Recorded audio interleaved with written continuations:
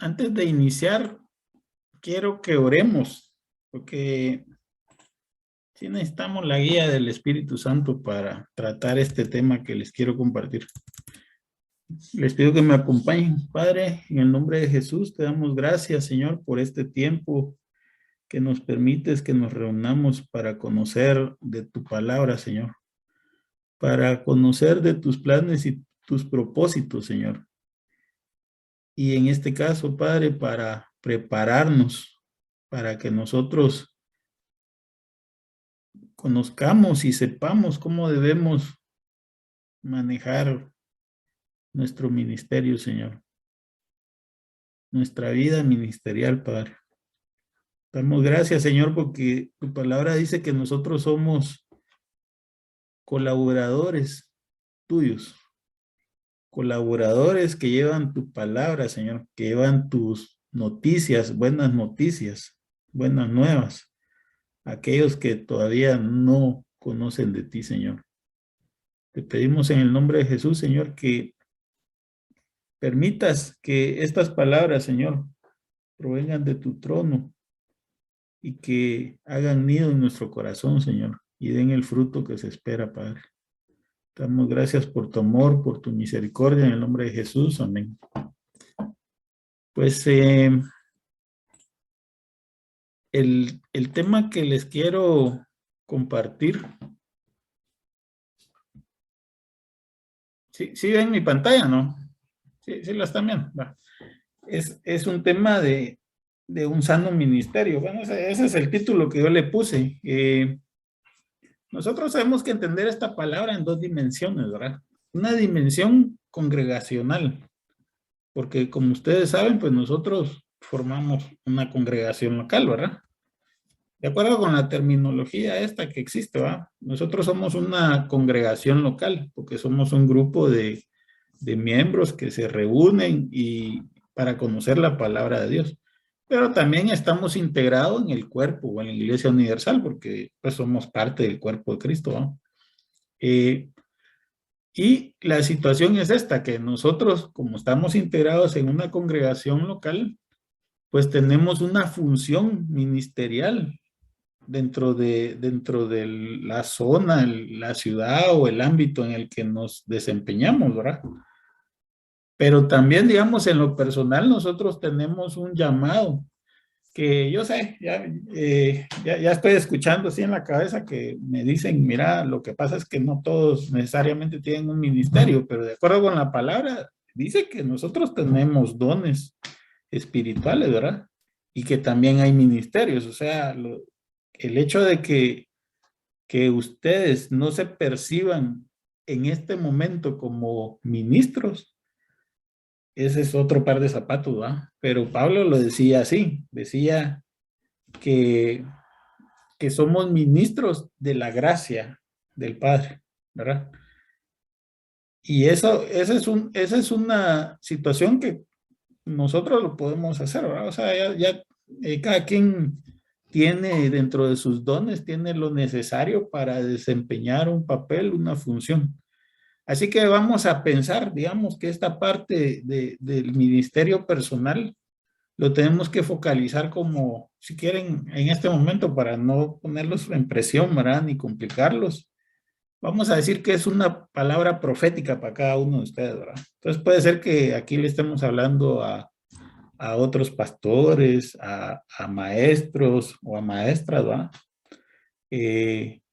O a profetas, o a, yo qué sé, ¿verdad? ¿Cuántos ministerios hay? No me recuerdo ahorita del capítulo ni el versículo, ¿verdad? Pero hay una serie de ministerios, ¿verdad? Y digamos, esto que yo les quiero hablar se basa, digamos, en Primera Tesalonicenses, capítulo 2. Nosotros podemos darle un enfoque distinto, ¿verdad? Pero este, digamos, es uno de los enfoques que fue lo que fue puesto en mi corazón y que les quiero compartir, ¿verdad? Entonces, para que un ministerio sea sano, independientemente de qué estemos hablando, ¿ah? Si es personal o es, o sea, es congregacional, tenemos que tomar en cuenta este primer punto, ¿va? ¿Por qué y para qué? Yo aquí quisiera hacer una acotación muy importante, y es que quizá no ahorita, pero ya muy pronto va a ocurrir algo de esto que les voy a hablar. De hecho, ya pasó en una oportunidad, hace unos años, empezaron ahí a decir que tuvo mucha difusión en los medios, ¿verdad? Y era el tema de que Jesús, el Señor Jesús, estaba casado con María Magdalena. No sé si ustedes escucharon algo de eso, ¿va? Por cierto que eso era un tema así como parte, digamos, de una cuestión de un escritor que se llama Dan Brown, que escribió una cuestión ahí del Código Da Vinci y después escribió otras novelas, ¿va? Pero que supuestamente se basaba en ciertas cosas arqueológicas. El asunto es esto, miren, pues, para no complicar tanto la idea. ¿Qué pasaría si el día de mañana, no sé cuándo va, dicen, por decir algo, ¿verdad? Dicen, encontramos los restos de Jesús, o se comprobó que Jesús sí se murió y no resucitó, o se comprueba que, yo qué sé, ¿verdad? De que Dios no existe, o cualquier cosa así, ¿verdad? La pregunta es, ¿cómo vamos a reaccionar? Porque eso está profetizado en la palabra, o sea, no, yo no me lo estoy inventando, pues, o sea, está profetizado. En algún momento, el tema de la religión como tal va a acabarse, ¿verdad? Y si nosotros básicamente nos estamos enfocando en un tema de religión, nos estamos quedando cortos, ¿verdad? Porque Dios, yo les puedo asegurar que Dios no es la religión, ¿verdad? ¿Cómo logramos, digamos, eh, cómo logramos hacer que lo que dice Primera Tesalonicenses, versículo 1 y 2, pueda ser una realidad en nosotros? Se los voy a leer, dice, porque vosotros mismos sabéis, hermanos, que nuestra visita a vosotros no resultó vana, pues habiendo antes padecido y siendo ultrajados en Filipos, como sabéis, tuvimos de nuevo en nuestro Dios para anunciaros el evangelio de Dios en medio de gran oposición. En esa época, digamos, no era la religión oficial el evangelio, ¿verdad? O sea, el cristianismo, digámoslo así. Consta que dije religión, ¿verdad? Y ahorita, digamos, eso es, o sea, ¿cuál oposición tenemos realmente? ¿O se necesitará de nuevo para hablar del evangelio? Más que la propia vergüenza, ¿verdad? De que no podemos hablar o no sé qué. Ese tipo de cosas, ¿verdad? Pero realmente, ¿cuál es el costo real en este momento de irse a una esquina y empezar a hablar el evangelio? ¿Cuál es el costo? Realmente solo la vergüenza, ¿ah? Solo la vergüenza, o que de repente nos trabemos o una anda así, o que no digamos alguna palabra bien, o que no nos recordemos del versículo. Eso, y ese sería nuestro costo, pero no es un costo como el que en ese momento estaba pasando Pedro, ¿verdad? Digo, Pedro, Pablo, estoy cambiando yo de apóstol, ¿verdad? Pero digamos, más que eso, ese es nuestro costo actual, digámoslo así. La pregunta es, si el costo se eleva, nosotros estaríamos dispuestos a, a, a pasar por esas situaciones. Y yo me puse a pensar en eso, ¿verdad? O sea, realmente ¿lo haría o no lo haría? Porque esa es una pregunta que cada uno nos tenemos que responder a nosotros. ¿Realmente estamos seguros de que lo que estamos haciendo es por y para Y ahí póngale usted lo que quiera. ¿Cuál es su intención? ¿Cuál es su propósito? ¿Por qué lo hace realmente? ¿Verdad? Porque si usted no está convencido, difícilmente va a lograr esto. Yo estuve investigando qué significaba de nuevo, ¿verdad? Y ahí, digamos, de acuerdo con el internet, dice que es como valentía, ¿verdad? Pero sí se necesita mucho, digamos, para poder llevar una palabra donde no es bien recibida, donde hay oposición. Nosotros, digamos, estamos pescando en pecera, dicen aquellos, ¿verdad? Porque ya está ahí todos los pescaditos, ya no, ¿qué esfuerzo hay que hacer? No hay mucho esfuerzo que hacer. Pero sí es importante, digamos, que nosotros tengamos enfocado nuestra intención hacia qué, cómo lo vamos a hacer o por qué lo vamos a hacer, ¿verdad? Que tengamos esa seguridad y esa confianza. Y en ese sentido, digamos, lo que yo les estaba hablando de que en algún momento va a ocurrir es precisamente eso, ¿verdad? Que ya, digamos, hay como un poco de oposición, ¿verdad? Pero digamos, más que la burla y ese tipo de cosas, ¿verdad? Que de repente cuestionan si la palabra de Dios es real o no sé qué. Pero yo siempre pienso en dos dimensiones, ¿verdad? Porque hay una dimensión que es la religión, que la religión, digamos, es limitada. De hecho, el mismo Señor Jesús, ¿verdad? La criticaba mucho en los fariseos, porque era un tema de, digamos, esa es mi costumbre, yo lo hago así, porque así me enseñaron y así. ¿Quién era el que decía eso? Ahora, así nací y así me moriré. Con una onda así, ¿va? Pero nosotros, nuestro llamado no está a eso. Nuestro llamado está a trascender eso. Si nosotros logramos trascender eso, entonces vamos a llegar al punto en que realmente vamos a entender y vamos a darnos cuenta de que sí, de verdad hay un propósito más allá de simplemente traer un nuevo miembro a la congregación, ¿verdad? Porque no es solo la membresía lo que estamos consiguiendo, sino que realmente estamos encontrando un alma que se va a salvar, que va a desarrollarse, que va a crecer espiritualmente y que va a llegar en algún momento a conocer al Padre, ¿verdad? Como nosotros lo conocemos. Y ahí viene esa otra parte del tema, ¿verdad? Que va siempre metido en esto y es nosotros no podemos hablar de cosas que no hemos comprobado, ¿verdad? Porque nosotros podemos tener fe y nosotros podemos decir yo tengo fe, ¿verdad? Pero la fe que realmente puede sostener una situación como la que está hablando Pablo, sí, ahora sí no me confundí, ¿verdad? Sí es Pablo. Una situación como la que está hablando Pablo ahí es una fe que ha sido probada. No sé si me explico, porque nosotros podemos tener fe y es una fe ciega, o sea, nunca hemos visto un milagro, nunca hemos comprobado nada de parte del Señor, ¿verdad? Nunca o no nos hemos dado cuenta, pero como no somos conscientes, no podemos, o sea, ¿cómo vamos a convencer a alguien de algo que no estamos convencidos, pues? O sea, hablando en términos más mundanos, ¿va? ¿Cómo podríamos convencer a alguien de algo de lo que nosotros realmente no estamos convencidos? No lo podemos hacer, ¿va? Tal vez para ser un vendedor, bueno, si estuviéramos hablando en términos de venta, ¿va?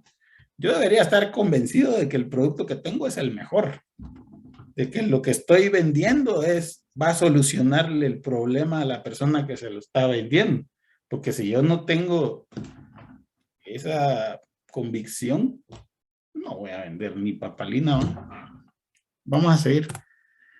Pero esa es parte de la intención, ¿verdad? El segundo aspecto que yo veo, digamos, en Tesalonicenses es realmente amamos al Padre. Miren, pues, Tesalonicenses 2, versículo 3 al 4 dice, esto lo está hablando Pablo, dice, porque nuestra exhortación no procedió de error ni de impureza, ni fue por engaño, sino que fuimos aprobados por Dios para que se nos confiase el Evangelio. Así hablamos. No como para agradar a los hombres, sino a Dios que prueba nuestros corazones. Pero en este contexto, ¿de qué forma nosotros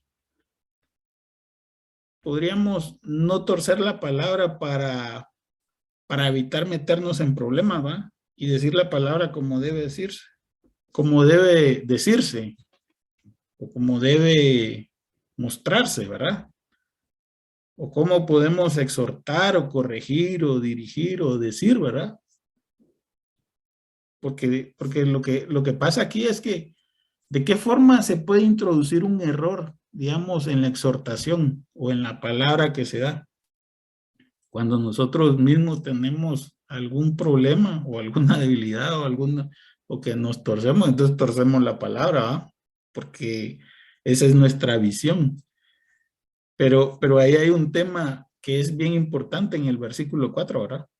Y Pablo lo dice así, sino que según fuimos aprobados por Dios para que se nos confiase el evangelio, así hablamos, ¿va?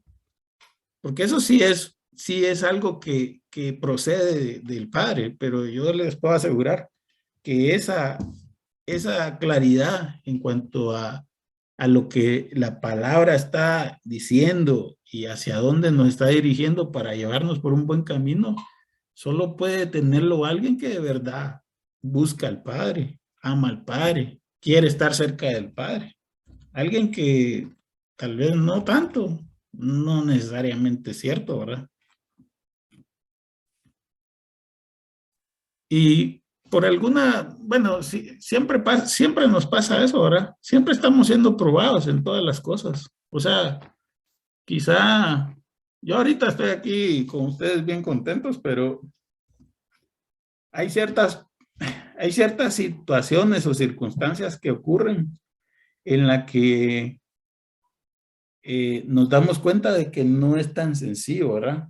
Eh, hay ciertas, lo vamos a decir así de una forma chistosa, miren, pues, hay ciertos garrotes que están hechos para ciertas personas, ¿va? Y también hay ciertas personas que están hechos para ciertos garrotes. Entonces, es algo así como que aparece la persona y ahí está el garrote, ¿va? Entonces, es muy fácil darle el garrotazo, ¿va? Porque así pues, es lo que, como que eso es lo que quiere, eso es lo que espera, ¿va?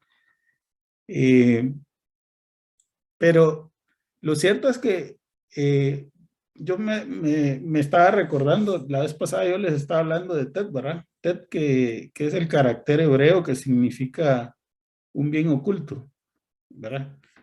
Y a pesar de que hay cosas o circunstancias que pueden percibirse como negativas, de todas formas tienen un bien oculto, ¿verdad? Porque las vicisitudes y los problemas que ocurren en nosotros, ¿verdad? En todas las personas, tienen el propósito de desarrollarnos.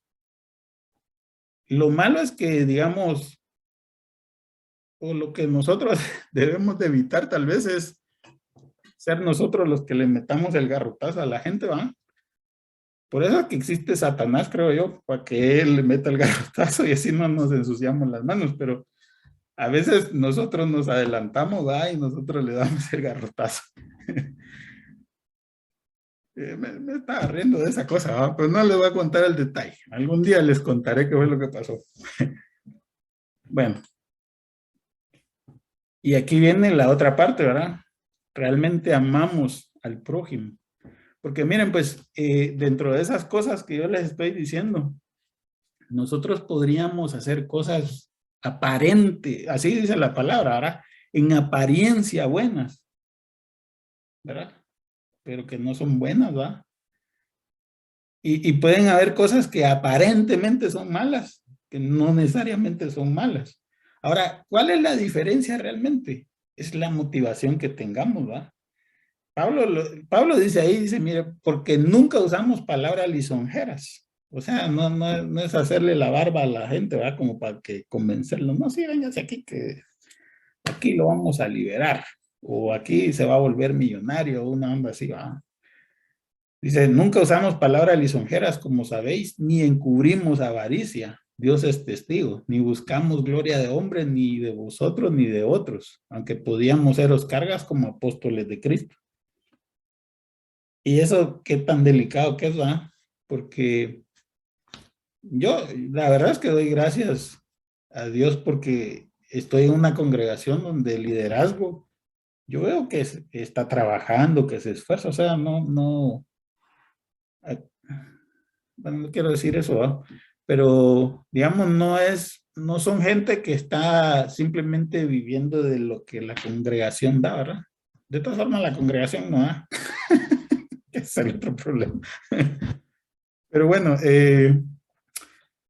omitiendo ese último comentario, el asunto es esto, ¿ah? De que, digamos, esa es una parte de la intención, ¿verdad? Porque si nosotros no estamos bien orientados y si nosotros lo que queremos es otra cosa que no es necesariamente reflejar ese amor,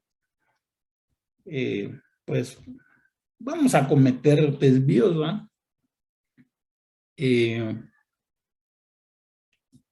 El asunto es este. El asunto es que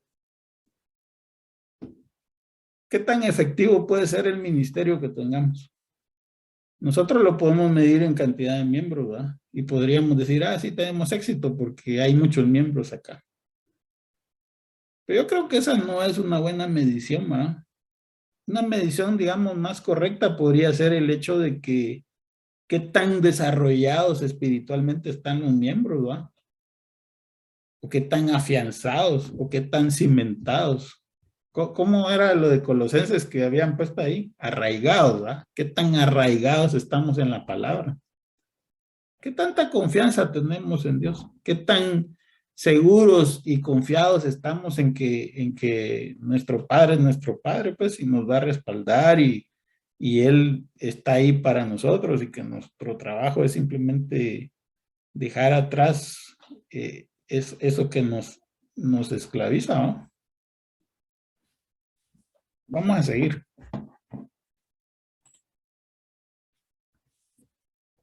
Pero digamos que, como en todo, ¿verdad? No solo son las intenciones lo que cuenta, porque las intenciones puede decirse que es como la parte inmaterial, ¿verdad? Lo que mueve que se hagan o que se desarrollen cosas, ¿verdad? O la fe, digámoslo así, porque digamos, en los hombres de fe existe la creencia de que lo que van a hacer va a ser agradable al Padre, ¿verdad? Pero la misma palabra lo dice, ¿verdad? Fe sin obras es muerta, ¿verdad? No sirve para nada. Y de esta misma cuenta, si nosotros hacemos cosas, pero sin una motivación correcta, no van a ser, no van a ser efectivas porque no tienen una buena cimentación.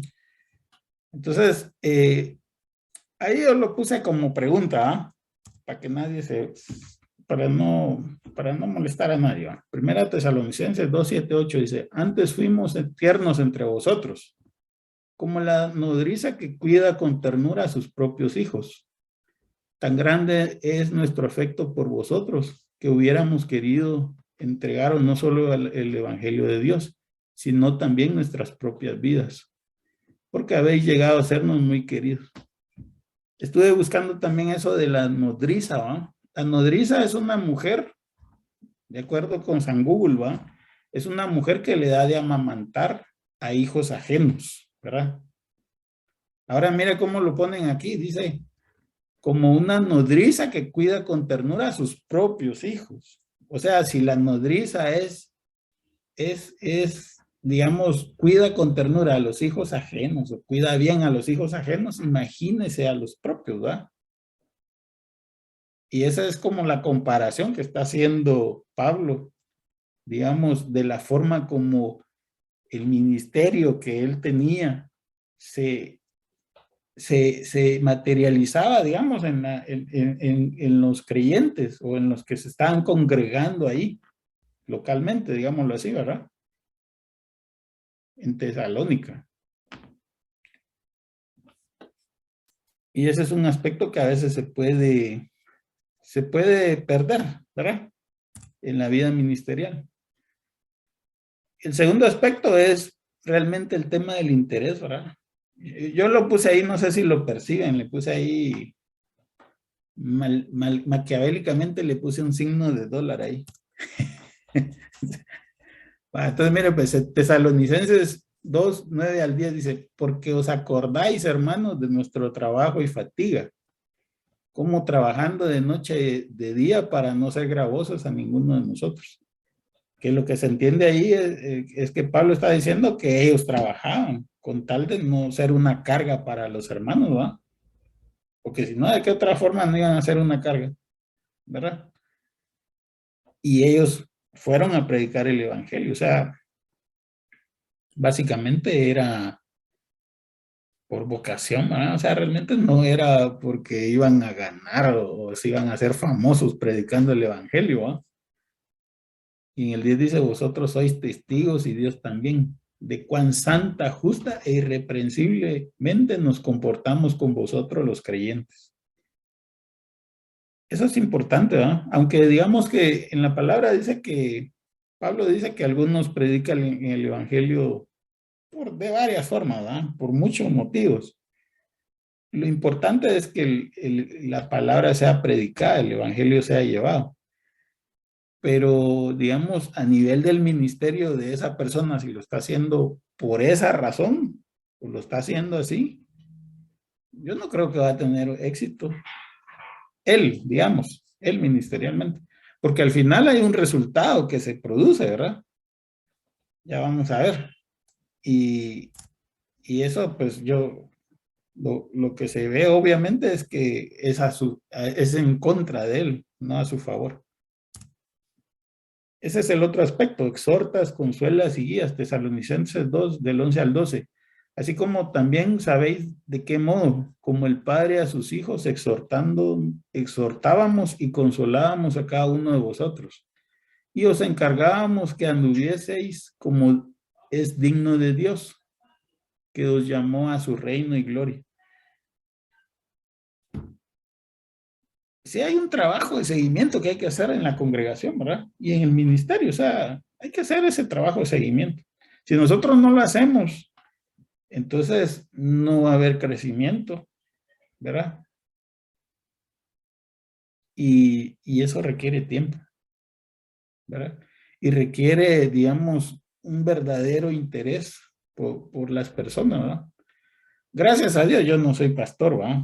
Pobrecitos los pastores, porque sí es complicado, sí es complicado. Digamos, lo veo y sí reconozco que es un esfuerzo grande, ¿verdad? Es un esfuerzo grande. Realmente, digamos, se requiere una vocación de servicio para, para que de verdad la cosa funcione. Ahora, estos son los resultados que nosotros podemos percibir en la congregación, digamos, si se aplica esto que está hablando Pablo en el capítulo 2 de Tesalonicenses, ¿verdad? El primer resultado es que se va a producir una buena tierra, ¿verdad? Y una buena tierra, yo no sé si se recuerdan de ese pasaje que yo les leí en alguna oportunidad, ahora que está en los evangelios.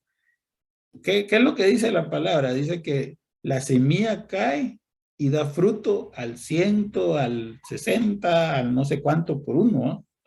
Es una buena tierra. Y mire qué dice Tesalonicenses 2:13, dice, por lo cual también nosotros sin cesar damos gracias a Dios de que cuando recibisteis la palabra de Dios que oísteis de nosotros, la recibiste no como palabra de hombre, sino según es en verdad la palabra de Dios, la cual actúa en vosotros los creyentes. Pero si nosotros, digamos, no hacemos lo anterior, muy probablemente la semilla que tiramos no va a recibir esa acogida, ¿verdad? O sea, se necesita como que esos ingredientes para que la tierra sea buena, ¿no? Se convierta en una buena tierra. Creo que la vez pasada que les compartí la palabra, yo les dije, miren, vamos a sacar esto un poquito así como de contexto para mostrarles un proceso de creación, ¿verdad? Porque eso fue lo que estábamos hablando. Si nosotros pensémoslo así, ¿verdad? En Génesis dice que en el principio el mundo estaba desordenado y vacío, ¿va? Así dice la palabra. Y después Dios dijo, ¿va? Sea la luz y fue la luz. Y así se fue creando las cosas, ¿va? Si nosotros, o recordémonos pues cuando nosotros todavía no nos portábamos tan bien, ¿va? No estábamos tan enderezados en los caminos del Padre. ¿Cómo nos portábamos? ¿Va? O sea, realmente estábamos desordenados y vacíos. ¿Y cómo nos fueron creando? A través de la palabra, ¿verdad? A través de la palabra. A través de la palabra. Pero imagínense que la palabra hubiera sido dada por alguien que no tuviera esa interés, ¿va? Y nosotros inmaduros. Probablemente nuestro proceso de creación hubiera durado más tiempo, ¿verdad? ¿O cómo lo piensan ustedes? Incluso puede ser que se eche a perder, ¿verdad? Porque hace algunos años, yo me recuerdo que el comentario normal de las congregaciones grandes, ¿verdad? No voy a decir nombres para evitar clavos, pero mucha gente decía eso. Mira, yo me fui de ahí porque ahí solo pisto era la cosa. Yo me fui de ahí porque, o sea, era como un club social, ¿verdad? O sea, no era un lugar donde realmente uno fuera a aprender algo nuevo, ¿verdad? O algo diferente, o que algo que de verdad uno lo pudiera aplicar y cambiar su vida, ¿verdad? Algunos comentarios, ¿verdad? No estoy inventando, ¿verdad? Pero sí es importante esto, ¿verdad? Porque esa es parte de un resultado que se va a lograr en una congregación si se actúa de una forma adecuada. Bueno, lo siguiente que se va a lograr en la congregación es unidad. Miren esto, dice, porque vosotros, está en 14:16, ¿verdad? Porque vosotros, hermanos, vinisteis a ser imitadores de la iglesia de Dios en Cristo Jesús que está en Judea. ¿De qué forma se puede, digamos, en este caso, imitadores porque imitaban, ¿verdad? Pero mire, lo más impactante es lo que está a continuación. Dice, pues habéis padecido de, de los de vuestra propia nación las mismas cosas que ellos padecieron de los judíos, para que la congregación local estuviera dispuesta a padecer las mismas circunstancias, ¿verdad? De persecución, de oposición. O sea, realmente era gente que sí había encontrado su lugar, pues, que sí se había identificado realmente con el ministerio, con ese movimiento de ese tiempo. Si no, o sea, imagínense que estuviéramos ahí en la iglesia todos reunidos y de repente nos cae ahí una redada, ¿no? Yo creo que salimos despepitados todos, ¿no? Aquí no conozco a nadie. ¿Quién la pastora sabe? O sea, hay que ver qué hace, ¿no?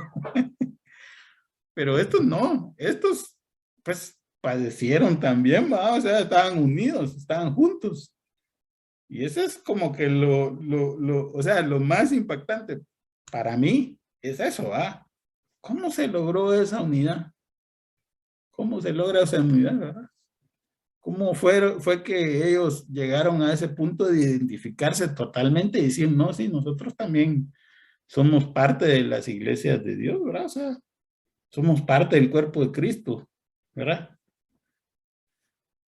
Bueno, después habla otras cosas, ¿verdad? En 15 dice, los cuales mataron al Señor Jesús y a sus propios profetas y a nosotros nos expulsaron y nos agradan y no agradan a Dios y se oponen a todos los hombres, impidiéndonos hablar a los gentiles para que estos se salven, así colman ellos siempre la medida de sus pecados, pues vino sobre ellos la ira hasta el extremo. Pero digamos en la primera parte es donde está esta cuestión importante. Y el último resultado que yo veo es esto, que quizá es lo más relevante. Y lo voy a decir de esta forma, miren, si ustedes son maestros y ninguno de los patojos, tal vez es una pregunta para los que son las maestras, ¿verdad? Que tenemos ahí en la congregación. Imagínense que ninguno de los patojos se lograra graduar, o se gradúan, pero no, después son bien así, que no saben hacer nada.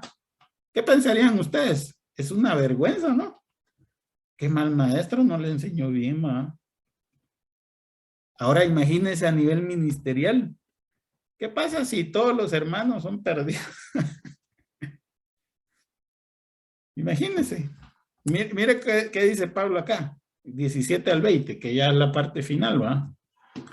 Pero nosotros, hermanos, separados de vosotros por un poco de tiempo, de vista, pero no de corazón, tanto más procuramos con mucho deseo ver vuestro rostro, por lo cual quisimos ir a vosotros. Yo, Pablo, ciertamente una y otra vez, pero Satanás nos estorbó. Y mire el 19, porque ¿cuál es nuestra esperanza o gozo o corona de que me gloríe? No lo sois vosotros delante de nuestro Señor Jesucristo en su venida. Vosotros sois nuestra gloria y gozo. Porque toda la gente estaba unida, era buena tierra y actuaba, digamos, en consecuencia, ¿verdad? Y digamos que ese es realmente una forma de medir si un ministerio es exitoso o no. No un montón de gente que está ahí pensando en que, ay Dios, o sea, estos son iguales que todos los demás, ¿va?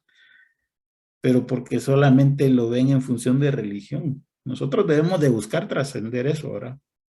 Como religión, pues eh, hay situaciones que se van a provocar en algún momento, ¿va? Y si nosotros solamente nos estamos enfocando en religión, fíjense que la religión es una causa de división, ¿verdad? Aún entre las familias. Es una causa de división. Y yo lo que les puedo decir, desde mi humilde opinión, ¿verdad? Por supuesto, es que la religión también es esclavitud. Es esclavitud. ¿Por qué? Porque la religión es simplemente una implementación de algo que tal vez persigue hacer algo bueno, ¿no? Pero es esclavitud. Al final es esclavitud. Y nosotros lo que andamos buscando es la libertad, y esa libertad solamente se obtiene a través del conocimiento del Altísimo, así dice la palabra, ¿va? Conocimiento del Altísimo. No está hablando de religión, ¿va? Está hablando de conocer a nuestro Padre, de trascender eso, de buscar más allá, ¿verdad? Bueno, eso es lo que les quería compartir, hermanos. Quisiera que oremos, ¿verdad? Que oremos, digamos, que este tiempo lo usemos para orar por nuestra congregación, ¿verdad? Y también en esta oración yo quisiera que oremos también por los futuros ministros que tenemos en la congregación, ¿verdad? O sea, tal vez ahorita ni lo sabemos, pero en algún momento eso va a materializarse, porque si es algo de Dios, pues va a pasar, ¿verdad? Padre, te damos gracias, Señor, por este tiempo. Te pedimos, Señor, que esta palabra, Señor, nos permita guiarnos para cumplir con el propósito que tenemos como congregación, Señor. Para que podamos alcanzar, Señor, aquellos hijos tuyos que aún no conocemos, Señor, y que se van a ir agregando a nuestra congregación. Permítenos, Señor, ser un vehículo eficaz para llevar ese mensaje, esa palabra, Señor, para reflejar tu amor hacia ellos, Señor. También te pedimos, yo te pido por mis hermanos, Señor. Tú conoces el futuro, tú conoces los planes que tienes para cada uno de ellos, Señor. Y sabemos que si es tu voluntad, Padre, cada uno de ellos va a tener un desarrollo ministerial. Cuál sea su ministerio, Señor, tú lo sabes y tú lo vas a poner en el corazón de cada uno, Señor. Te pedimos en el nombre de Jesús que esos ministerios, esos ministros, Señor, que están escuchando esta palabra, Señor, sean afianzados y sean guiados, Señor, por tu espíritu, Padre, por tu espíritu. Que su enseñanza, Señor, su guía, su exhortación no se base en temas de religión, sino en el conocimiento tuyo, para que realmente tenga una trascendencia y un impacto, Señor, en las generaciones. Damos gracias por todo tu amor y por toda tu misericordia, Padre. En el nombre de Jesús te bendecimos. Amén.